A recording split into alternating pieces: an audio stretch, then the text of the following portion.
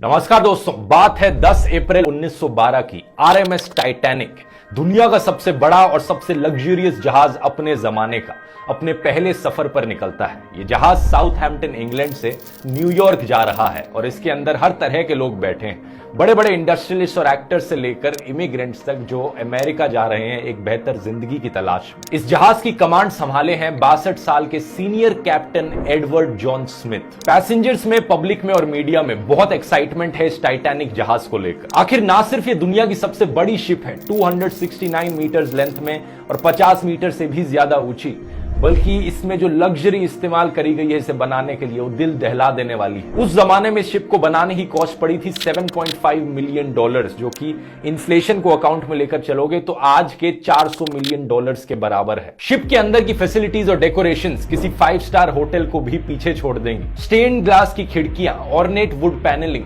2 बड़े बड़े grand staircases, एक heated swimming pool, Turkish bath, electric bath, एक जिम, एक स्क्वॉश कोर्ट, 4 रेस्टोरेंट्स, 2 बार्बर की दुकानें और एक लाइब्रेरी भी। और तो और जिस तरह के सेफ्टी फीचर्स का इस्तेमाल किया गया था टाइटैनिक को बनाने में, इस जहाज को अनसिंकेबल माना जाता था। ये एक ऐसी शिप है जो कभी डूब ही नहीं सकती क्योंकि इतनी सेफ है ये। व्हाइट स्टार लाइन उस कंपनी का नाम था जिसने इस टाइटैनिक जहाज को बनाया था। इस कंपनी के वाइस प्रेसिडेंट इतने कॉन्फिडेंट थे इस चीज को लेकर, उन्होंने पब्लिक के सामने आकर ओपनली कहा था ये जहाज अनसिंकेबल है। लेकिन अपने पहले सफर पर रवाना होने के सिर्फ 2 ही दिन बाद 12 अप्रैल 1912 को टाइटैनिक को अपनी पहली आइस वार्निंग्स मिलने लग जाती है। यानी जिस अटलांटिक ओशन पर तैरकर ये टाइटैनिक अमेरिका की ओर बढ़ रहा है वहां पर आइस मौजूद है, बड़े बड़े बर्फ के पहाड़ मौजूद हैं, आइसबर्ग्स, जो खतरा हैं इस जहाज के लिए। ये वार्निंग्स को इतनी अनयूजुअल चीज नहीं है। समुद्र से गुजरने वाले जहाज अक्सर अपने आसपास वाले जहाजों को रेडियो के थ्रू कम्युनिकेट करके बताते रहते हैं कि समुद्र के इस एरिया में बहुत ज्यादा बर्फ मौजूद है, ध्यान से आगे बढ़ना। इन वार्निंग्स को रिसीव करने के बाद टाइटैनिक अपने कोर्स को 2 बार बदलती है डेंजर को अवॉइड करने के लिए, लेकिन अपनी स्पीड को कम नहीं करती। 21.5 नॉट्स, जो कि 40 किलोमीटर पर आवर के बराबर होता है, इतनी ही तेजी से ये जहाज आगे बढ़ता रहता है अपने लक्ष्य की ओर। 2 दिन बाद 14 अप्रैल 1912 7 और आइस वार्निंग्स दी जाती हैं, लेकिन कैप्टन स्मिथ और उनके क्रू इन वार्निंग्स को इग्नोर कर देते हैं। टाइटैनिक की रफ्तार कम नहीं करते। धीरे धीरे सूरज ढल जाता है, रात हो जाती है, तापमान नीचे गिरता है। इस 14 अप्रैल की रात के बारे में खास बात यह है कि चांद बाहर नहीं आया था। बिना मून के कोई मूनलाइट नहीं थी, तो विजिबिलिटी बहुत कम थी इस रात को। जहाज के ऊपर एक क्रोज नेस्ट होता है, एक छोटा सा प्लेटफॉर्म जो काफी हाइट पर होता है, लुकआउट पॉइंट कह सकते हो। यहां पर किसी को बिठाकर रखा जाता है हमेशा, ताकि सामने जहाज के क्या आ रहा है वो नजर रखते रहे, कहीं कोई ट्रैफिक तो नहीं, कहीं कोई ऑब्स्ट्रक्शंस तो नहीं आ रही हैं। तो जो बंदा इस जगह पर बैठा था उसे बड़ी ही ठंड का सामना करना पड़ता है। बहुत तेज रफ्तार से ठंडी हवाएं बह रही थी, ऊपर से रात का समय था और ठंडी हवाओं की वजह से आंखों से आंसू भी आने लग जाते हैं, जिससे आगे देखना और भी मुश्किल हो जाता है। रात के 11:39 फ्रेडरिक फ्लीट नाम का एक बंदा इस क्रोज नेस्ट में बैठा है। यह अचानक से अपने सामने देखता है एक बड़ा सा बर्फ का पहाड़, एक आइसबर्ग आ गया है। जल्दी से 3 बार घंटी को बजाता है ताकि नीचे बैठे हुए लोग सुन सके। फिर फोन उठाकर कॉल करता है ऑफिसर्स को ब्रिज पर, चिल्लाकर कहता है सामने हमारे एक आइसबर्ग है, जल्दी से जहाज को मोड़ो। फर्स्ट ऑफिसर विलियम ब्रिज पर बैठे इस इंस्ट्रक्शन को सुनते हैं और इंजन रूम को संदेश देते हैं कि जहाज को लेफ्ट डायरेक्शन में मोड़ दो। लेकिन अनफॉर्चुनेटली बहुत लेट हो चुका है। सिर्फ 1 मिनट बाद 11:40 जहाज जाकर इस आइसबर्ग से टकरा जाता है। The Titanic was a new breed of luxury liner. Titanic left port in Southampton, England. Among her passengers were many of the wealthy and influential. The band played the gayest tunes and American ragtime dances. The time was 11:40. The iceberg grazed the right side of the ship. And all of a sudden she lifted up quickly. Everything that was movable was going through her. I didn't think it was serious because I didn't think it was possible. A big ship like that could sink. It sank very quickly. ये iceberg भी कोई छोटा मोटा iceberg नहीं था। Length में ये 200 bye 400 feet था, एक फुटबॉल फील्ड जितना बड़ा, और हाइट में ये क्रोज नेस्ट तक आ रहा था। साइंटिस्ट का एस्टिमेट है कि इस आइसबर्ग का वजन 1.5 मिलियन टन था। आइसबर्ग के साथ ये टकराव टाइटैनिक का जहाज के फ्रंट राइट साइड पर हुआ। स्पेसिफिकली कहा जाए तो बो के पास हुआ। अब बो कौन सा हिस्सा होता है जहाज का, इस फोटो में आप देख सकते हैं कि ये सामने का ये वाला एरिया होता है बो, और उसके नीचे जो बाहर निकला हुआ पार्ट होता है इसे कील कहते हैं। करीब 10 सेकंड तक ये जहाज आइसबर्ग के साथ घिसटता चला गया और एक बहुत बड़ा डेंट पड़ गया। इसकी वजह से शिप की मेन बॉडी में कुछ छोटे छोटे होल्स भी आ गए। आप शायद सोचोगे कि ये कैसे पॉसिबल हो सकता है, एक बर्फ का टुकड़ा एक मेटल को कैसे काट सकता है। अपने फ्रिज में रखी बर्फ को इस्तेमाल करोगे तो हाँ, वो उससे मेटल नहीं कटेगा, लेकिन ये ध्यान रखिए कि एक बर्फ का पहाड़, उसका खुद का वजन कितना होता है। अब कहने के लिए तो लकड़ी भी मेटल को नहीं काट सकती, लेकिन फिर भी आपकी मेटल की बनी गाड़ी जाकर पेड़ से टकराकर पूरा चकनाचूर हो सकती है। तो सिमिलरली क्योंकि इस आइसबर्ग का वजन इतना था, क्योंकि ये इतना बड़ा था, इसने इस टाइटैनिक जहाज को बुरी तरीके से चोट पहुंचाई। कोलिजन के कुछ ही सेकंड्स बाद कैप्टन स्मिथ और शिप के आर्किटेक्ट थॉमस एंड्रयूज तुरंत पहुंचे देखने के लिए कि इस जहाज को कितनी चोट पहुंची है इस इंपैक्ट की वजह से। देखा तो उन्होंने रियलाइज किया कि यह जहाज तो डूब जाएगा। वो कंप्लीटली शॉक हो गए इस चीज को देखकर। इन्हें लगता था कि यह जहाज तो अनसिंकेबल है, कभी डूब नहीं सकता। वीडियो के शुरू में मैंने बताया था इस जहाज को अनसिंकेबल माना जाता था क्योंकि इस जहाज के अंदर सेफ्टी फीचर्स कमाल के थे। दो मेन सेफ्टी फीचर्स थे जिसकी वजह से इसे ऐसा माना जाता था। पहला, इस जहाज के अंदर एक डबल बॉटम हल था। हल जो होता है वो जहाज की मेन बॉडी को कहा जाता है। डबल बॉटम हल का मतलब है कि 2 लेयर्स लगी हैं यहां पर। अगर नीचे से एक लेयर टूट भी गई तो दूसरी लेयर बचा लेगी। और दूसरा, जो पूरी शिप की मेन बॉडी है, जो हल है, उसे 16 अलग अलग वाटर टाइट कंपार्टमेंट्स में डिवाइड किया गया है। 16 में से 4 कंपार्टमेंट्स भी अगर पानी के भर गए तो भी जहाज तैरते रहेगा, जहाज को कोई फर्क नहीं पड़ेगा। लेकिन आइसबर्ग से ये जो इंपैक्ट हुआ था ये एक्चुअली में शिप के साइड में हुआ, तो जो डबल बॉटम हल था वो किसी काम का नहीं रहा। साइड में तो सिंगल लेयर ही लगी थी। और दूसरा, ये इंपैक्ट इतना ज्यादा बड़ा था कि 16 में से 6 water tight compartments already breach हो चुके थे, उनमें पानी भर चुका था। लिमिट 4 तक की थी। 6 कंपार्टमेंट्स का पानी से भरने का मतलब था कि इस जहाज को अब डूबने से नहीं बचाया जा सकता। ये अनसिंकेबल जहाज भी अब डूब जाएगा। टकराव के करीब 20 मिनट बाद रात के 12 बजे कैप्टन स्मिथ ऑर्डर करते हैं अपने क्रू मेंबर्स को कि एक डिस्ट्रेस कॉल भेजो रेडियो पर।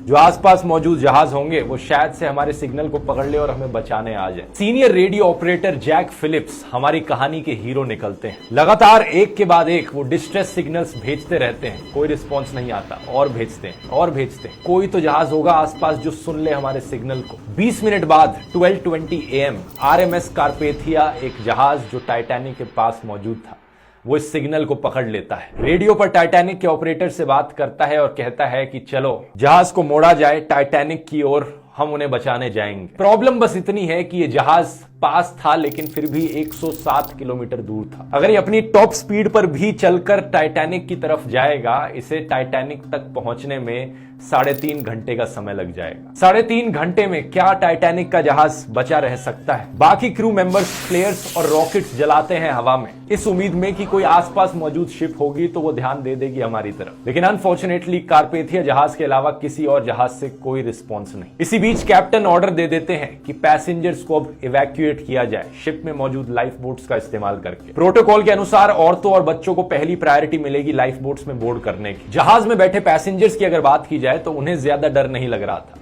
ज्यादातर पैसेंजर्स मानते थे कि टाइटैनिक एक अनसिंकेबल जहाज है, कोई चिंता करने की बात ही नहीं है। आखिर जो कंपनी ने एड्स निकाली थी वो तो बार बार यही कहे जा रही थी। तो हाँ, हम टकरा गए होंगे एक आइसबर्ग से, लेकिन जहाज नहीं डूबने वाला। इसी रीजन से जब पहली लाइफ बोट नीचे उतारी गई उसमें 65 लोगों की कैपेसिटी थी, लेकिन सिर्फ 28 लोग उस लाइफ बोट में गए। आधी लाइफ बोट खाली नीचे उतरी। लेकिन टाइम के साथ साथ एक के बाद एक कंपार्टमेंट पानी से भरता गया।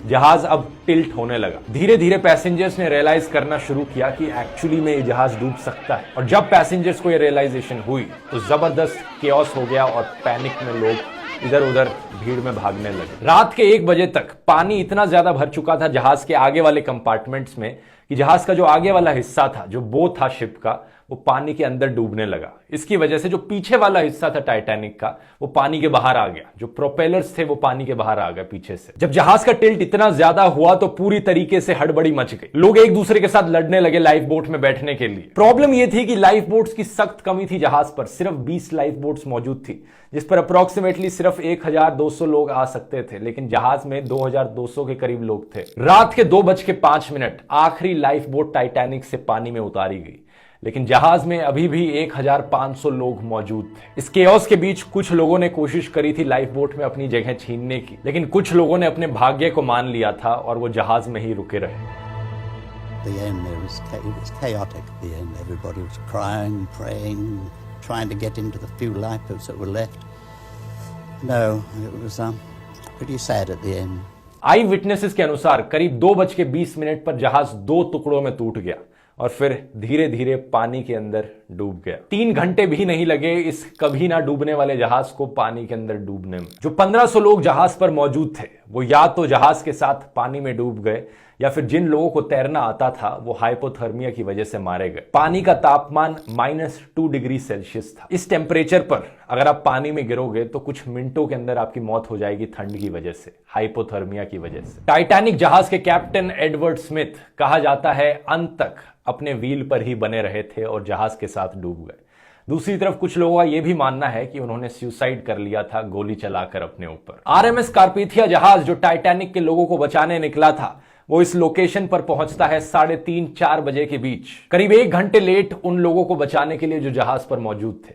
लेकिन जो लाइफ बोट्स में लोग निकल गए थे जहाज से, करीब 705 लोग थे, उन्हें यह जहाज सक्सेसफुली बचा लेता है। वैसे यहां पर एक छोटी सी एड ब्रेक लेकर दोस्तों मैं आपको बताना चाहूंगा हायरेक्ट के बारे में। हम सब जानते हैं कि किसी भी अच्छी कंपनी में जॉब पाना बहुत टफ होता है आज के दिन। कितने सारे पापड़ बेलने पड़ते हैं, असाइनमेंट्स, इंटरव्यूज, एक के बाद एक कॉल्स, और फिर दूसरी तरफ से जवाब मिलता है कि we will get back to you. Job ढूंढना सही में बहुत मुश्किल काम है, लेकिन जॉब ढूंढने का काम आसान बनाता है हायरेक्ट, एक डायरेक्ट हायरिंग प्लेटफॉर्म जहां पर आप टीम लीडर्स और एचआर मैनेजर से डायरेक्टली चैट कर सकते हो और हायर हो सकते हो बिना किसी बीच के कंसल्टेंट के। हायरेक्ट पर 1,20,000 से भी ज्यादा कंपनीज हैं जो डायरेक्टली हायर करने लग रही हैं। आपको कुछ नहीं करना, बस सीधे डिस्क्रिप्शन में दिए गए लिंक पर क्लिक करना है, ऐप को इंस्टॉल करना है, फ्री टू यूज ऐप है। ऐप को खोलोगे तो आपको कुछ क्वेश्चंस को आंसर करना पड़ेगा अपने प्रोफाइल को बनाने के लिए, और ऐप का एल्गोरिथम आपको अपने आप ही रिक्रूटर से मैच करवा देगा। और अगर बात प्राइवेसी की रही तो आपकी कोई भी डिटेल्स बिना परमिशन के रिक्रूटर को नहीं मिलेंगी। याद रखिए, हायरेक्ट है तो डायरेक्ट है। तो जल्दी से डिस्क्रिप्शन बॉक्स में लिंक पर क्लिक करो ऐप को डाउनलोड करने के लिए और अपनी नई अपॉर्चुनिटीज को वेलकम करो। अब टॉपिक पर वापस आते हैं। इस टाइटैनिक के डिजास्टर के बाद बहुत से सवाल उठे, कई कंट्रोवर्सीज हुई, कई इन्वेस्टिगेशंस कराई गई और कुछ ऐसी अनजान बातें सामने आई जिसको लेकर सब लोग शॉक्ड रह गए। कैसा लगेगा दोस्तों अगर मैं आपसे कहूं कि उस रात एक और जहाज मौजूद था टाइटैनिक से सिर्फ 37 किलोमीटर दूर, जो टाइम पर पहुंच सकता था टाइटैनिक में बैठे पैसेंजर्स को बचाने के लिए। यह बात सच है। उस जहाज का नाम था SS कैलिफोर्नियन। टाइटैनिक के आइसबर्ग से टकराने से सिर्फ 1 घंटे पहले आखिरी मैसेज आइसबर्ग की वार्निंग का SS कैलिफोर्नियन की तरफ से ही आया था।